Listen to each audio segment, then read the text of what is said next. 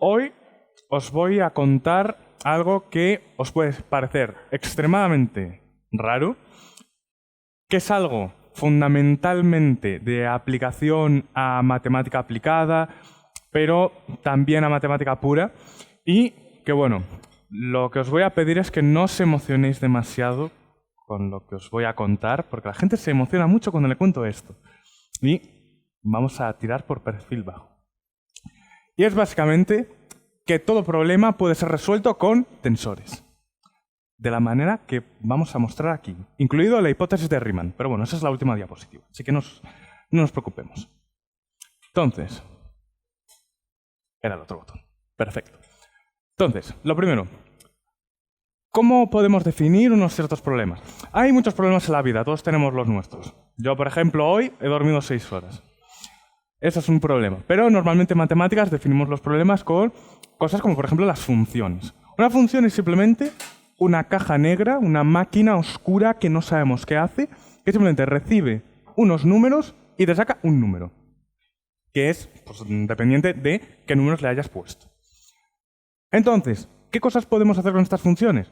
¿O qué querríamos extraer de ellas? Querríamos, por ejemplo, extraer cuál es el mínimo de esa función, lo cual sería un problema de optimización. Quiero saber para qué entrada voy a obtener el mínimo valor asociado a esa función, que podría ser, por ejemplo, un problema de optimización en una cadena de montaje, que quiero saber cuál es la combinación de tareas que va a hacer que tarde menos en precisamente completar todas las cosas que tengo que hacer. Imaginaos, por ejemplo, queréis hacer unos coches, pues quiero saber qué máquina tiene que construir la puerta, qué máquina tiene que atornillar, qué máquina tiene que pintar el coche. Entonces, queremos saber cuál es la combinación. Y por otro lado tendríamos, por ejemplo, los problemas de inversión. Los problemas de inversión sería simplemente, yo sé que el resultado de la función va a tener un valor concreto. Entonces, pues quiero saber qué tengo que meterle a esa función para que me devuelva ese valor. Y esto es precisamente una de las cosas que vamos a relacionar con la hipótesis de Riemann. Y bueno, esto, porque lo veáis en un contexto más o menos aplicado, los sistemas criptográficos se podrían romper si pudieras hacer precisamente esta operación de una forma eficiente. Por ejemplo, los algoritmos criptográficos como la RSA. Pero bueno, eso está relacionado con computación cuántica y eso daría para otra charla. Entonces, ¿cómo podemos resolver este tipo de problemas? Pues con una cosa mágica y maravillosa llamada Tensor Network, que es básicamente una representación gráfica de una ecuación muy dura de ver, que me han dicho que mejor no ponga para que no se asuste la gente. ¿Y en qué se basa? Pues se basa en ciertas operaciones con álgebra. Para que entendamos lo que es un tensor, simplemente un vector es una lista de números unidimensional. O sea, simplemente números en una línea. Y solo tengo que indicar en qué posición de esta cadena estoy. Esto normalmente se ve como una flecha. Luego tendríamos las matrices, que simplemente es lo mismo, pero en 2 dimensiones. Y esto pues, nos podría indicar cómo se transforman los vectores, cómo los voy girando o cómo los voy aumentando de longitud. Y luego tendríamos una cosa rara y abstracta, que es un tensor, que es simplemente pues, algo, es como un cubo, en este caso por ser un tensor de orden 3, que pues, tengo que indicarle 3 coordenadas para saber qué número quiero. Esto, aunque a los matemáticos no les guste, esto es un vector, esto es un vector de vectores y esto es un vector de vectores de vectores. Por mucho que les pese. Entonces nosotros lo que vamos a hacer va a ser usar estas cosas, que son simplemente listas de números, para solucionar nuestros problemas. ¿Y cómo lo podemos hacer? Bueno, por cierto, esto de aquí es simplemente multiplicar matrices, lo típico que os enseñan en bachillerato y tal, pero de una manera más fancy. Entonces, ¿cómo podemos resolver esto con Tensor Networks? Pues usando el algoritmo melocotón. No soy muy original poniendo nombres. Básicamente esto es, yo tengo el problema, sé cómo hacer una cosa que construya la función. Entonces, no quiero usar en función de la función, o en función de cómo se construye la función, más bien, con cómo construiría esa función, puedo hacer una tensor network, lo que hemos visto antes, que represente esa función, y luego, a partir de ahí, obtener la ecuación que resuelve ese problema. Y eso lo podemos hacer de una forma más o menos rápida. Otra cosa es luego computar el número que sale, pero eso, como los matemáticos que suelen decir, existe una solución y es única, pero no te voy a decir cuál es. Y, bueno, esto puede resolver en principio cualquier problema de forma exacta. Entonces, ¿cómo lo vamos a hacer? Simplemente vamos a procesar todas las posibles entradas a la función que pueda haber. Vamos a obligar que el resultado sea el correcto, que eso puede significar o que la salida sea una concreta o que sea el mínimo. Y, pues luego, vamos a medir, más o menos. Pero antes de continuar, vamos a desmentir un bulo que se suele decir de computación cuántica. Una cosa que se nos suele decir mucho en computación cuántica, cada vez menos, supongo que la gente ya se está cansando un poco, es que la cuántica procesa todas las posibles soluciones y te devuelve la óptima. Lo cual no es cierto porque eso vulneraría cosas fundamentales de mecánica cuántica y de teoría de la probabilidad y de matemáticas básicas. Entonces, eso hay que tenerlo en cuenta. Esto es mentira. Otra cosa es que puedas hacer cosas inteligentes para procesarlas, pero no puedes simplemente devolverte la óptima. Por temas de que si no P es igual a NP y demás. Pero no nos vamos a meter en esas cosas matemáticas complejas que yo tampoco controlo. Entonces, vamos a ir a lo fácil. Voy a necesitar que 3 personas del público se suban aquí conmigo, porque vamos a hacer una cadena de personas para hacer un ejemplo. Esto es una amenaza, porque si no, os tengo que poner aquí una ecuación que ocuparía esta pantalla y... Vale, tenemos un voluntario, necesitamos 2 más. Vale, necesitamos un tercer voluntario. Alguien que no sea de la organización, si puede ser. ¿La gente no se anima? Vale.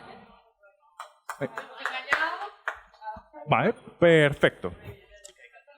Vale. Vamos a hacer un proceso muy simple que os va a explicar, sin ecuaciones, cómo funciona. Vale, vamos a hacer un trabajo muy simple. Nosotros somos 4 personas ahora mismo y tenemos que conseguir una combinación de nosotros que haga que solo uno de nosotros esté mirando hacia arriba. Y el resto tienen que estar mirando hacia abajo. Pero, obviamente, no le podemos decir a todo el mundo que en qué estado, digamos, estamos. No puedo decirle a alguien que esté a 2 posiciones de distancia, por ejemplo, si yo tengo la cabeza hacia arriba o hacia abajo. Entonces, ¿cómo podemos hacer esto y obligar a que solo uno tenga la cabeza hacia arriba?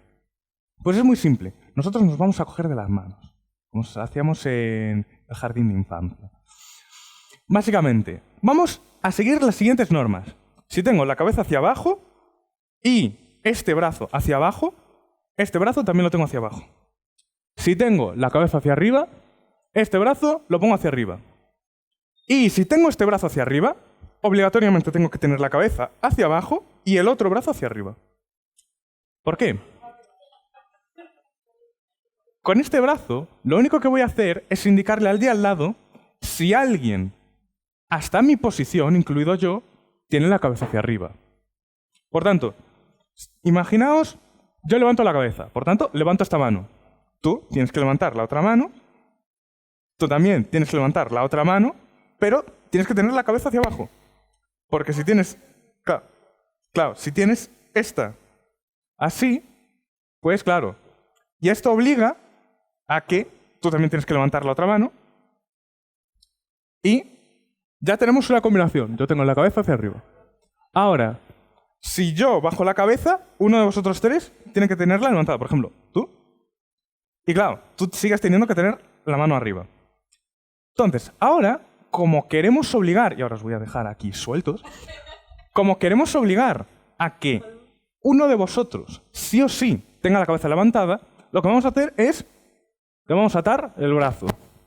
Por tanto, estás obligada a que o tú o alguien de antes haya levantado la cabeza. Porque si no, no podrías tener este brazo levantado. Entonces, lo que obligo aquí afecta a la persona que está aquí. Entonces, digamos que solamente con poner una condición en el extremo, estoy obligando a todos los demás a cumplir las reglas. Es como amenazar a la gente a través de... Exactamente. Pues sería más o menos esto lo que hacen estos tensores. Amenazar a mucha gente de forma colectiva. Entonces, hasta aquí llega la amenaza. Podéis bajar. Espero que el entrenamiento de hombro haya sido bueno. Entonces, claro, con esto podemos construir de una forma sencilla una ecuación. Simplemente hacemos un circuito lógico que represente la función, simplemente el conjunto de operaciones que va a componer la función. Esto es, si me entra una entrada, pues que me devuelva la salida que va a dar esa función. Hago ese circuito lógico. Entonces, en ese circuito lógico pueden entrar todos los inputs y pueden salir sus outputs correspondientes. Convierto cada uno de los operadores lógicos en un tensor con un proceso que existe que no os voy a rayar con él. Y lo que hago es, obligo aquí, exactamente como antes, clavando otro tensor que obliga a tener esa salida exactamente, y aquí simplemente hago una observación sobre una de las entradas. Y eso me va a dar exactamente cuál es la solución. Porque esto, de aquí, esta cosa, este dibujo, es una ecuación, por lo que vimos antes. Entonces, esto es la ecuación que resuelve el problema. Por poner un ejemplo, si quiero dado un número C, quiero los A y B, que sumados me dan ese C, lo único que tengo que hacer es ir sumando los bits que lo componen, ir sacando la llevada por aquí, y el primer bit de C, el segundo bit de C, y así. Estos son operadores que pues, se van enviando información uno a otro, pero ninguno sabe toda la información. Y pues esto representa la función. Lo convierto a tensores y le clavo aquí cuáles son los bits de C que deberían salir. Por tanto, por el otro lado, solo pueden estar las entradas correctas. Y puedo obtener cada una de ellas simplemente obteniendo el valor máximo de esto de aquí, que es otro vector. Simplemente voy a tener una cadena de números y miro en qué posición está el máximo. Y eso es la solución. Así es simple. Podemos hacer lo mismo en el caso de optimización. Imaginaos que queréis en una ciudad encontrar cuál es el camino más corto entre dos calles. Entonces lo único que tengo que hacer es saber de qué calle vengo y a qué calle voy en cada uno de los pasos. Y con eso puedo calcular cuánto tiempo he tardado.